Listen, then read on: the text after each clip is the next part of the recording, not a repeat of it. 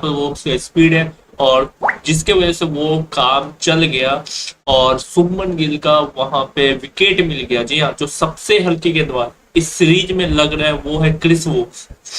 Chris Woakes अगर आप देखोगे तो सबसे हल्की गेंदबाज इस सीरीज में अभी तक लग रहा है। जी हाँ, क्रिस वोक्स अगर आप देखोगे तो इस सीरीज में अभी तक सबसे हल्के गेंदबाज अगर कोई लग रहा है तो वो है क्रिस वोक्स। सबसे हल्के गेंदबाज इस सीरीज में अभी तक क्रिस वोक्स लग रहे हैं, लेकिन क्रिस वोक्स को ही सबसे बड़ा विकेट मिला है। एक विकेट केवल क्रिस वोक्स ने लिया है, जो कि सबसे बड़ा विकेट शुभमन गिल का लेने में कामयाब रहे हैं।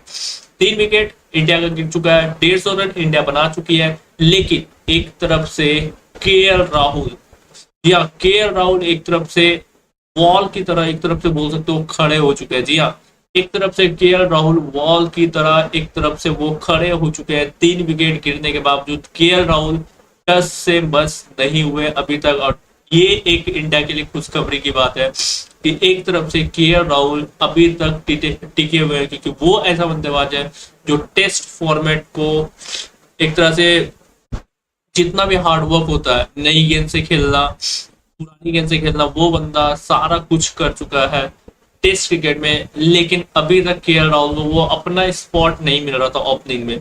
जब तक रोहित शर्मा खेल रहे थे तब तक के राहुल को देखोगे कि ओपनिंग स्पॉट नहीं मिल पा रहा था, लेकिन अब जो है फाइनली ओपनिंग स्पॉट मिला है इस सीरीज में, क्योंकि रोहित शर्मा रिटायर्ड हो चुके हैं तो के राहुल को ओपनिंग स्पॉट मिला है। और अब वो के राहुल असलियत हमें देखने को मिल रहा है। शतक दूसरे टेस्ट मैच में अर्धशतक और फिर से यहाँ पे अर्धशतक देखने को मिला, मतलब लगातार 3 मैच में कंसिस्टेंट के राहुल हमें देखने को मिल रहा है। एक ना एक इनिंग, जी हाँ, लगातार 3 मैच में हमें कंसिस्टेंट के राहुल देखने को मिल रहा है। एक ना एक इनिंग में अर्धशतक या फिर शतक के राहुल के बल्ले से हमें देखने को मिल ही रहा है। एक ना एक इनिंग में के राहुल के बल्ले से अर्धशतक या फिर शतक हमें देखने को मिल ही रहा है। पहले टेस्ट में अगर आप देखोगे तो पहले इनिंग में रन नहीं आया, लेकिन दूसरे इनिंग में 137 रनों की पारी आई।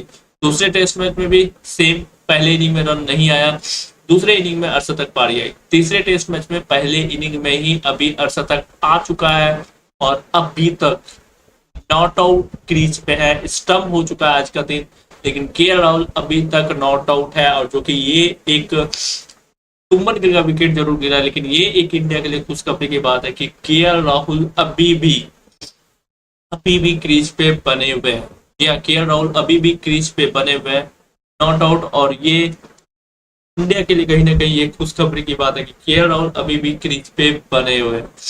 ये इंडिया के लिए खुशखबरी की बात है। लेकिन जो इंग्लैंड को जो सबसे बड़ी कामयाबी मिली है, शुभमन गिल का विकेट।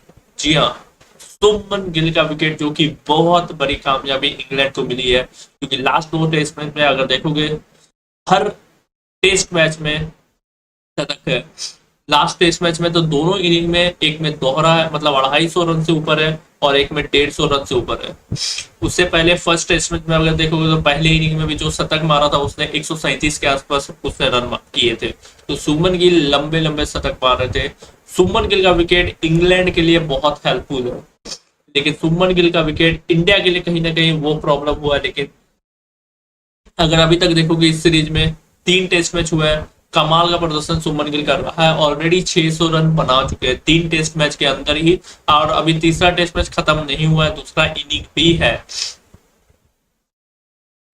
जी हाँ, तीसरा टेस्ट मैच अभी खत्म नहीं हुआ है, दूसरा इनिंग भी बाकी है तीसरा टेस्ट मैच का, लेकिन ऑलरेडी वो बंदा 600 रन बना चुका है। उस टाइप का वो फॉर्म में है फिलहाल।